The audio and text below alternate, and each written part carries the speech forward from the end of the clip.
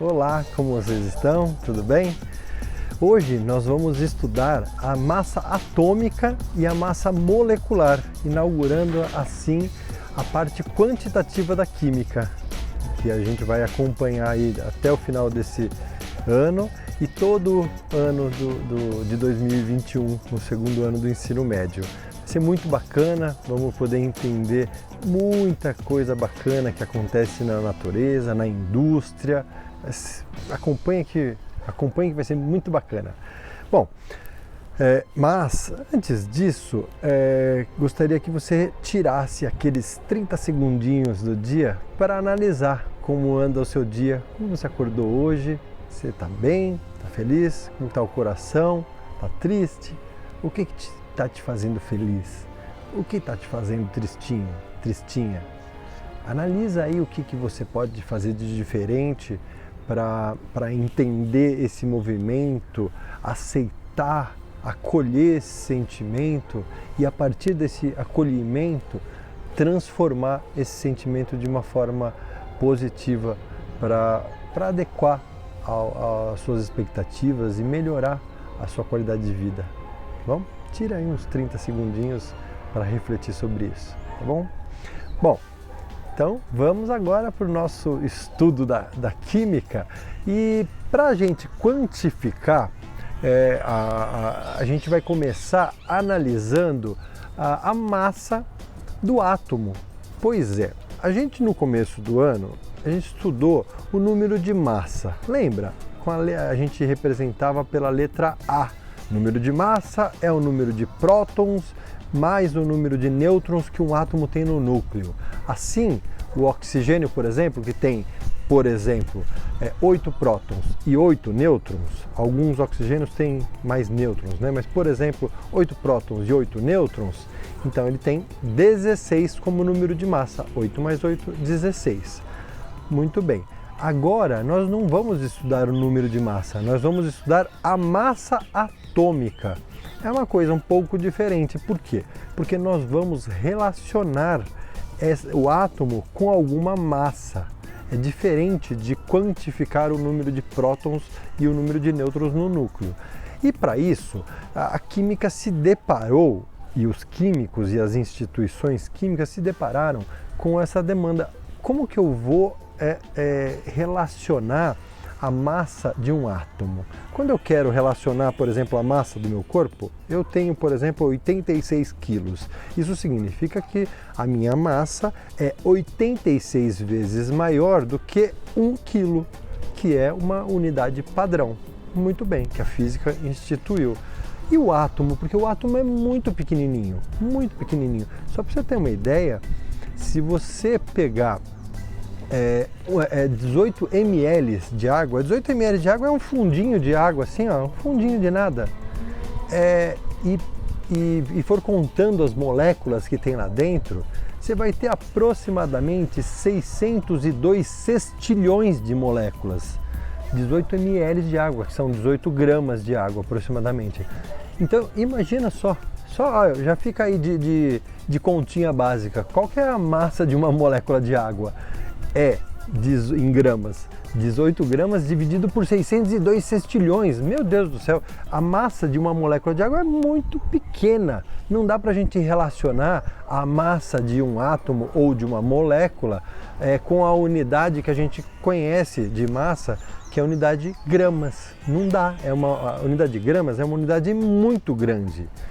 E aí a química se deparou com essa situação de ter que relacionar as massas dos átomos e das moléculas com uma outra unidade. E aí que surgiu esta demanda e desde 1957 a IUPAC, União Internacional de Química Pura e Aplicada, sigla em inglês, determina que a unidade básica para serem comparados todos os átomos, todas as moléculas, é a unidade U, que significa unidade de massa atômica. A gente representa pela letra U. E o que é essa letra U? É o mesmo que a gente pegar um átomo de carbono, lembrando que o carbono ele tem 6 prótons e 6 nêutrons. E ele é um átomo que tem uma massa muito constante, vamos dizer assim. Então, este é por isso que foi escolhido. E aí, este átomo dividido em 12 partes, mentalmente falando, obviamente, dividido em 12 partes, 1/12 do átomo de carbono originaria a unidade U. Então, a partir daí, todos os átomos seriam comparados a esta unidade U, unidade de massa atômica. No passado, essa unidade tinha a sigla UMA, mas era muito chato você o tempo todo que você tinha que registrar a massa de um átomo ou de uma molécula, você escrever UMA, UMA, UMA. Então aí o PAC, para facilitar a nossa vida, simplificou para U, tá? Mas você pode até encontrar em algum texto, em alguma questão, a sigla UMA, tá? É pegar o sódio, o Na, e comparar com um U, eu vou perceber que o sódio tem a massa de 23 vezes a massa de 1U. Portanto, o sódio tem uma massa de 23U. O oxigênio tem uma massa de 16U. O carbono tem uma massa de 12U. O hidrogênio tem uma massa de 1U. O nitrogênio tem uma massa de 14U. E aí, por aí vai, tá? Vocês precisam saber decora essas massas? De jeito nenhum. Temos tabela, na tabela periódica nós temos isso registrado, tá? Então, assim como nós temos o número atômico, que é aquele número que representa o número de prótons e o número de elétrons de um átomo, nós temos também a massa atômica de um átomo, que está representado na tabela. Ah, mas aonde está isso? Não sei. Sabe por que eu não sei? Porque cada tabela está representada de uma forma. E como que eu vou descobrir então isso? Tem duas formas. Uma forma correta, elegante, seria você olhar, porque toda tabela vai ter um dos quadradinhos representando o que tem nela. Então tem lá o símbolo do elemento, tem a setinha representando esse é o número atômico, essa é a massa atômica, algumas trazem a distribuição eletrônica, e aí vai. Mas o básico é trazer o número atômico, a massa atômica e o símbolo do elemento e o nome do elemento, né? Então você vai saber aonde se encontra essa informação na tabela periódica pelo índice. Uma outra forma menos correta, vamos dizer assim, mas é mais corriqueira a gente saber, é o número maior. O número maior ali, com exceção do hidrogênio, que tem um próton e o número de massa, e a massa atômica dele é 1, e o número de massa também é 1, todos os outros, a massa atômica é maior que o número atômico, tá? Então, por exemplo, o oxigênio, ele tem um número atômico 8, e a massa do átomo oxigênio, a massa atômica é 16U. Tá? Você olha no quadradinho, tem o número 16 e tem o número 8, o maior vai ser a massa atômica. Tá? Mas se você tiver dúvida, é só você olhar, sempre vai ter um quadradinho com uma legenda explicando o que tem, o que essa tabela como que ela está distribuída. Muito bem. Só que aí eu imagino que nessa altura do campeonato vocês estão ali olhando na página 261 do livro, vocês estão ali olhando desesperadamente, devorando uma tabela periódica, olhando todas as massas atômicas. E aí vocês se deparam com essa situação. O carbono é 12,000. O hidrogênio, eu olho para o hidrogênio, aí já me estranha uma coisinha, porque eu olho para o hidrogênio e está lá 1,008. Ô Barreto, peraí, você estava tão bonitinho até agora, como que 1,008? Né? Aí eu olho para o oxigênio, 15,995. Não era 16? Como assim 15,995? O enxofre, 31,972. Se eu olhar para o enxofre na tabela periódica, ele tem 16 prótons e 16 nêutrons, 32. Por que ele é 31,972? O oxigênio, ele tem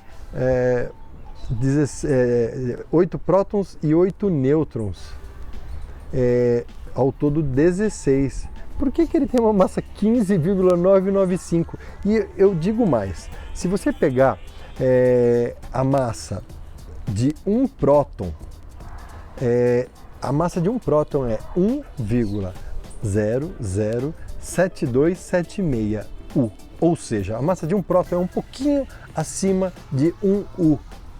Então, se eu tenho 8 prótons, 8 nêutrons, nêutron e próton têm praticamente a mesma massa. Eu tenho 16 entre prótons e nêutrons, 16. Cada um deles tem uma massa acima de 1. Aí eu somo tudo, dá menos de 16, dá 15,995. O que é isso? Que aparente incoerência é essa? E aí a gente precisa chamar a física para nos explicar. Isso é física, né? O que acontece, e talvez você vai ver um significado numa equação que você conhece faz muito tempo, que Einstein enunciou. E é igual a mc ao quadrado. A energia é igual a massa vezes a velocidade da luz ao quadrado. Pois é, energia, só por curiosidade, é medida em joules, a massa em quilogramas e a velocidade em metros por segundo. O que a gente pode tirar disso? Por que a massa do oxigênio é menor do que 16 e não maior do que 16? Olha que coisa interessante. Quando o átomo se forma, quando o núcleo do átomo se forma, esse empacotamento, essa organização nuclear dos núcleos, dos prótons e dos nêutrons, acontece uma transformação da massa em energia. E esta equação, ela consegue quantificar, relacionar a massa com a energia. A massa, existe uma perda de massa do núcleo se transformando em energia. Sim, esta energia nuclear que nós usamos em, por exemplo, uma usina nuclear para obter energia elétrica, por exemplo, né? Ou que eles, porque eu não uso esse tipo de energia, mas que eles usam para produzir bombas atômicas, bombas nucleares, né? Recentemente, inclusive, a Rússia liberou um vídeo sobre uma explosão cinematográfica de uma fusão nuclear, não foi de uma fissão nuclear, mas essa energia, que é uma coisa espantosa, ela que acontece no núcleo, ela se dá porque a massa, uma parte da massa dos prótons e dos nêutrons se transforma em energia. É por isso, então, que a massa do oxigênio é 15,995 e não 16 alguma coisa, tá? Isso é uma curiosidade, não é frequente cair em vestibular, mas é uma coisa que salta aos olhos quando a gente olha isso na tabela periódica. Bom, voltando então para nossas questões aqui práticas, né, do dia a dia, do que vocês vão encontrar na química. Muito bem, então eu preciso fazer o cálculo, né? Só que aí eu lembro de uma coisa que você falou, Barreto, você falou dos isótopos. Os átomos, eles têm a capacidade de apresentar os elementos químicos, de apresentar números de massa diferentes, porque eles têm quantidades de nêutrons diferentes. Pois é, na natureza nós temos átomos, elementos químicos que se encontram com mesmo número de prótons, obviamente, mas com números de massas diferentes. E aí eu preciso fazer as contas para prever, por exemplo, quanto que eu vou usar de sílica numa linha de produção de uma fábrica de vidro. Por quê? Porque o setor de vendas vendeu, sei lá, 10 toneladas de copos de vidros e de janelas de vidros e de pratos de vidros, e eu sou do setor responsável pelo setor técnico dessa indústria, e eu preciso então fazer 10 toneladas de vidro, e eu preciso então fazer os cálculos de quanto vai ser necessário de óxido de silício para essa reação. E aí eu preciso usar os cálculos do oxigênio, do silício, para fazer essa previsão. Que cálculos, que massas que eu vou usar, né? Se eu tenho isótopos na natureza, se eu tenho mais de um tipo de átomo do mesmo elemento químico, qual que eu uso? Pois é, eu uso todos, eu vou prever todos, porque na natureza aparecem todos, então eu tenho que prever todos, senão eu vou errar. E aí que entra o conceito de média ponderada.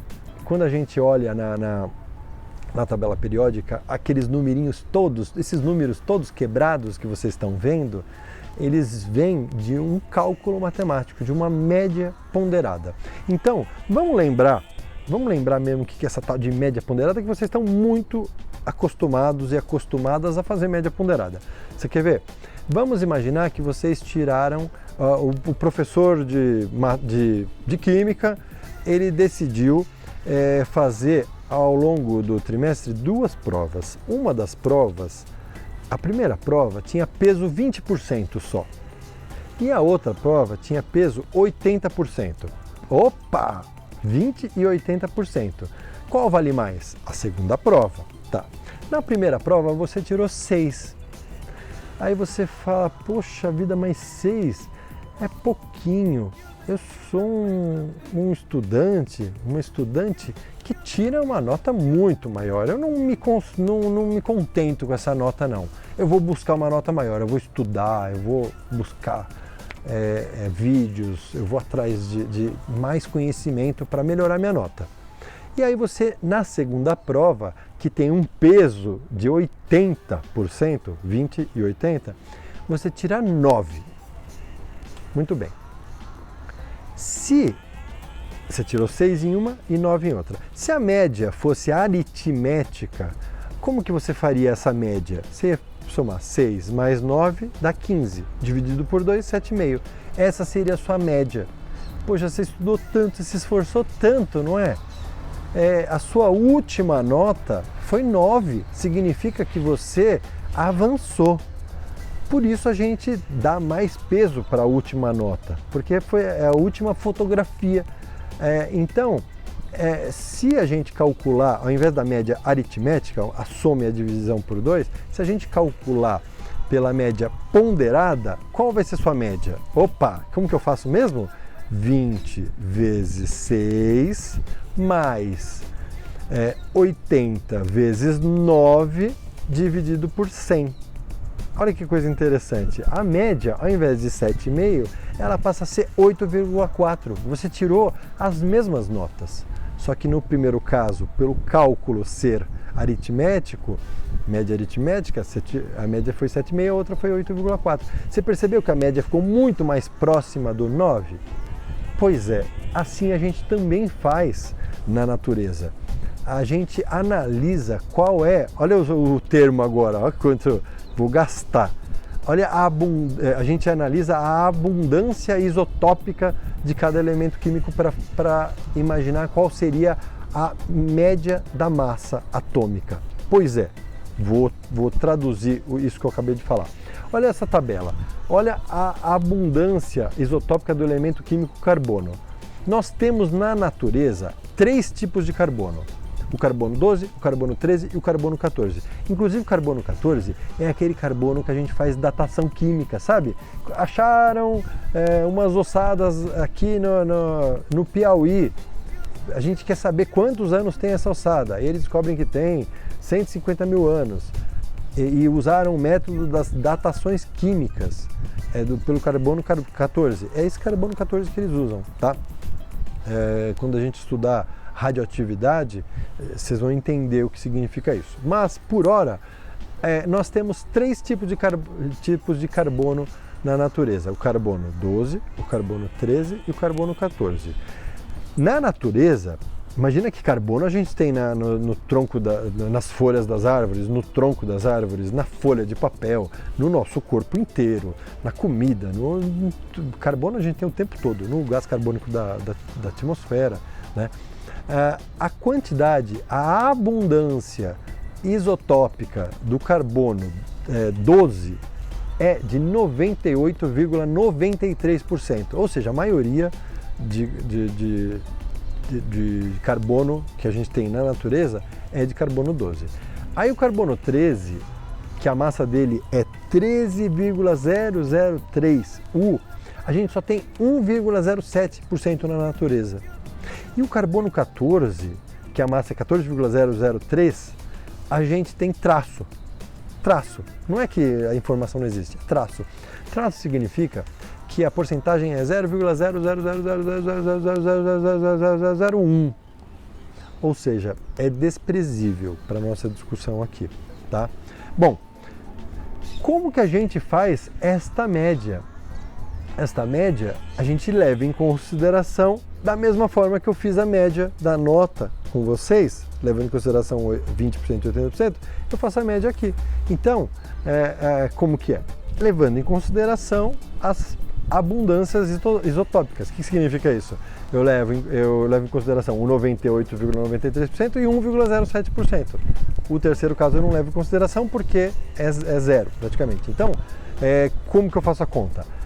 A massa do carbono, essa que eu vou usar na tabela periódica, é de 98,93 vezes 12 mais 1,07 vezes 13,003. Tudo isso dividido por 100. Assim como o outro caso da média ponderada, sempre dividido por 100. Né? A média que tem, então, a massa a resposta que dá é 12,011 U. Sabe o que significa? Não existe nenhum carbono que tenha massa 12,011. Esse 12,011 é uma média entre todos os carbonos, tá? Existe o carbono 12, existe o carbono 13, mas a média ponderada nos dá essa massa, 12,011, tá?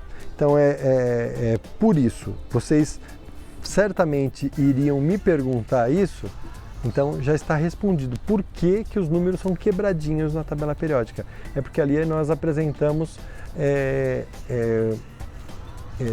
uma média ponderada. Aí você fala assim: Barreto do céu, que chatice, então a gente vai ficar contando, fazendo essas contas com vírgula? Não, eu contei tudo isso porque eu não vou contar pela metade e simplificar a vida de vocês e deixar vocês sem a informação correta. Mas tem o caminho certo, tem o caminho não certo, tem o caminho que facilita a nossa vida. Então vamos dar um passeio pela tabela periódica. Por exemplo, o bromo. O bromo, se você olhar na tabela periódica, a massa dele é 79,9. Não existe nenhum bromo que tenha massa 79,9. Tem o bromo que é 79 e o bromo que é 81 na natureza. Mas a média dele é 79,9. E aí, eu te pergunto, que massa que a gente vai usar? Vai usar 79,9? Não. A gente vai arredondar, a gente vai facilitar isso. Como que a gente arredonda, gente? Do mesmo jeito que a gente arredonda notas. Arredondar é ir para um número mais próximo, cometendo um erro, um pequeno erro, mas ir para um número mais próximo, portanto, cometendo o menor erro possível. Ou seja, se for assim, se for de 0,6, 0,7, 0,8 ou 0,9, a gente arredonda para cima, para 1. Se for 0,4, 0,3, 0,2 ou 0,1, a gente arredonda para baixo, para 0. E se for 0,5, a gente deixa no meio, tá bom? E com isso a gente vai estar causando o arredondamento com o menor erro possível. E aí, Por exemplo, o bromo é 79,9. Portanto, que massa que a gente vai usar? Se eu falar assim, me dê a massa do bromo, você vai falar 80U. 79,9 a gente arredonda para 80U. Tá? E a massa do nitrogênio é 14, lá na tabela, é 14,04U. Espera aí, 14,04. Arredonda, 14U. Tá? A massa do manganês é 54,94. 54,9, 55. Então eu uso a massa 55U. Tá? E a massa do potássio? 39,10U. Que massa que eu uso? 39U. Simples assim. E o cloro? O cloro é importante, tá, gente? A gente vai usar muitas vezes, então pensa nele. O cloro é 35,45U. Tá? Esse 35,45 a gente arredonda para 35,5. Tudo bem? Tanto o cloro como o cobre nós deixamos no meio. O cobre é 63,5U. Tá bom, gente? Bom, isso são as massas atômicas. E a massa molecular? Bom, se a massa atômica é a massa do átomo, a massa molecular é a massa da molécula. E aí é só você fazer as contas multiplicando a quantidade de átomos para você chegar ao valor correto. Por exemplo, a massa da molécula da água, medida em U, unidade de massa atômica, H2O. Quantos hidrogênios eu tenho mesmo? 2. Aí eu vou lá na tabela e descubro que a massa do hidrogênio é 1U e o oxigênio é 16U. Espera aí, se eu tenho 2 hidrogênios e 1 oxigênio, 2 vezes 1, 2, mais 16, 18. Portanto, a massa da molécula da água, 18U. Simples, não é? Vamos ver se vocês entenderam a aula. O que vocês precisam na prática é isso. Faça, escreva, calcule a molécula do ácido nítrico HNO3, sabendo-se que o H tem uma massa de 1U, o N tem uma massa de 14U e o oxigênio tem uma massa de 16U, unidade de massa atômica. Opa! Então como vai ficar? HNO3, tem 3 oxigênios, um N e um H. Então vai ficar 1 mais 14 mais 3 vezes 16. 3 vezes 16 dá 48. 48 mais 14 dá 62, mais 1, 63. Então a massa da molécula ácido nítrico dá 63 unidades de massa atômica. Vamos complicar? E o hidróxido de cálcio, CaOH2? Lembre-se desse parênteses, dos parênteses. O OH2 significa que tem 2 Os e 2 Hs.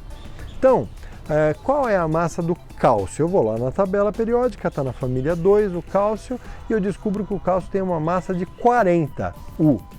Muito bem. O oxigênio tem uma massa de 16, o hidrogênio tem uma massa de 1. Aí eu posso fazer a soma primeiro e depois multiplicar por 2, ou posso fazer a distributiva e depois somar. Tanto faz, tá? Use as regras que vocês aprenderam em matemática. Então, por exemplo, eu vou primeiro somar, depois multiplicar. 40 do cálcio mais, entre parênteses, 16 mais 1, 17. 17 vezes 2, 34. 34 mais 40, 74U. Ou seja, o hidróxido de cálcio tem uma massa de 74 unidades de massa atômica. Resgatando a essência do que eu falei, o hidróxido de cálcio tem 74 vezes, uma massa 74 vezes maior do que 1/12 do átomo de carbono 12. Tá? Me calcule a massa do cloreto de sódio, NaCl.